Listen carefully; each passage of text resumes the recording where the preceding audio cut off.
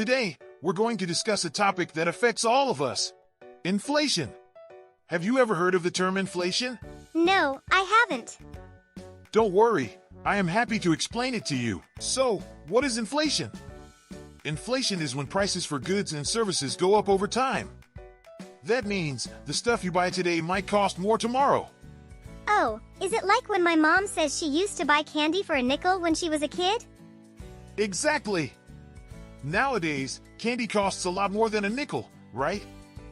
Yeah, it does. And that's because of inflation. Over time, the cost of everything goes up. Let's say, 10 years ago, a bag of chips cost $2. Today, the same bag of chips costs $3. This is inflation.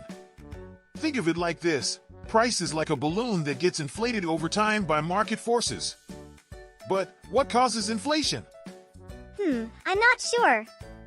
There are a few reasons. For example, when people have more money to spend, they are willing to pay more for things.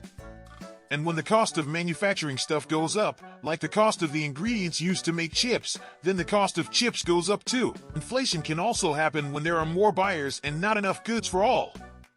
People desperately want to buy before the stores run out of stuff, so the sellers increase the prices to cash in on the willingness of buyers to pay higher prices rather than miss out. So now you know what inflation is. It's when the cost of things goes up over time. That makes sense. Great! And it's important to understand inflation because it affects all of us. When prices go up, it means that your money won't buy as much as it used to. That's all for today, guys. If you like this video, give us a thumbs up and don't forget to subscribe to our channel for more lessons. See you next time.